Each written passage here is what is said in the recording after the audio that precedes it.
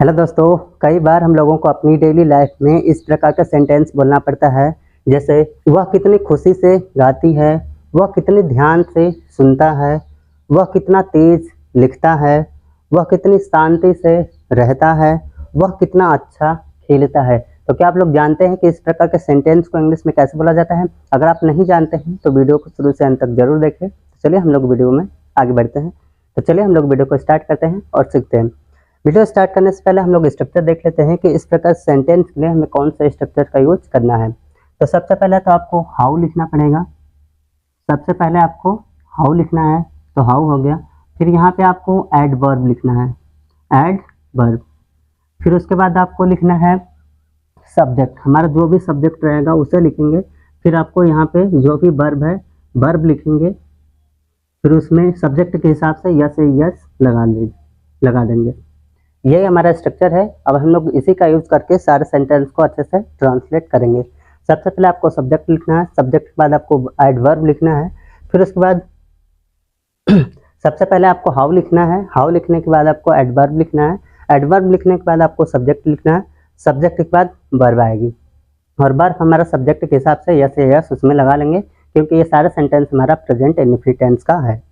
तो देखिए हमारा पहला सेंटेंस दिया है, वह कितनी खुशी से गाती है, कितनी खुशी से। तो सबसे पहले तो आपको हाउ लिखना है, हाउ हो गया। यहाँ पे खुशी की बात हो रही है तो हैप्पी मतलब हैप्पीली हो जाएगा, तो हाउ हैप्पीली मतलब कितनी खुशी से हो गया। फिर वह गाती है मतलब सी, लड़की है तो सी हो गया। अब फिर गाती है तो सिंग। अब यहाँ पे प्रेजेंट इंडेफिनिट टेंस है, तो ये सब अगर सिंगुलर सब्जेक्ट हमारा रहता है तो यस या यस लगाते हैं तो हो जाएगा सिंग्स। तो देखिए कितनी खुशी, वह कितनी खुशी से गाती है, तो इसका इंग्लिश बन गया how happily she sings, how happily she sings. वह कितने ध्यान से सुनता है, इसका इंग्लिश क्या होगा? तो सबसे पहले आपको हाउ लिखना है, हाउ हो गया। फिर उसके बाद ध्यान का इंग्लिश क्या होता है? अटेंशन होता है, तो आपको अटेंटिवली लिखना है, अटेंटिवली मतलब कितने ध्यान से हो जाएगा, हाउ अटेंटिवली। फिर उसके बाद सब्जेक्ट हमारा क्या है? ही, तो आपको ही लिखना पड़ेगा। फिर सुनना का मीनिंग होता है लिसन, तो आपको लिसन लिखना है, हो गया लिसन। यहाँ पे देखिए ये भी हमारा सिंगुलर नंबर सब्जेक्ट है, तो आपको भी यस लगा देना है। तो वह कितने ध्यान से सुनता है, तो इसका इंग्लिश हो गया हाउ अटेंटिवली ही लिसन्स। वह कितने ध्यान से सुनता है, इसका इंग्लिश हो गया how attentively he lessons, how attentively he lessons. अगला दिया है वह कितना तेज लिखता है। सबसे पहले आपको हाउ लिखना है, हाउ हो गया। तेज का इंग्लिश होता है फास्ट, तो हाउ फास्ट कितना तेज हो गया।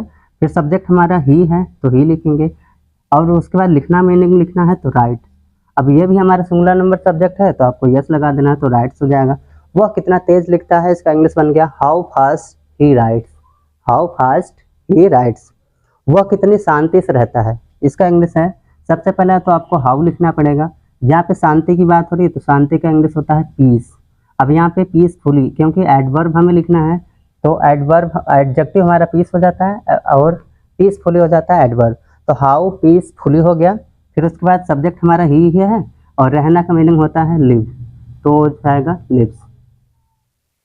तो वह कितनी शांति से रहता है, इसका इंग्लिश बन गया how peacefully he lives, how peacefully he lives. अगला है वह कितना अच्छा खेलता है। तो इसकी इंग्लिश आप लोग कमेंट करके बतानी है कि इसकी करेक्ट इंग्लिश क्या होगी। साथ ही साथ ये भी बताइए कि आपको वीडियो कैसी लग रही है। वीडियो अच्छी लग रही हो लाइक और शेयर जरूर करिए।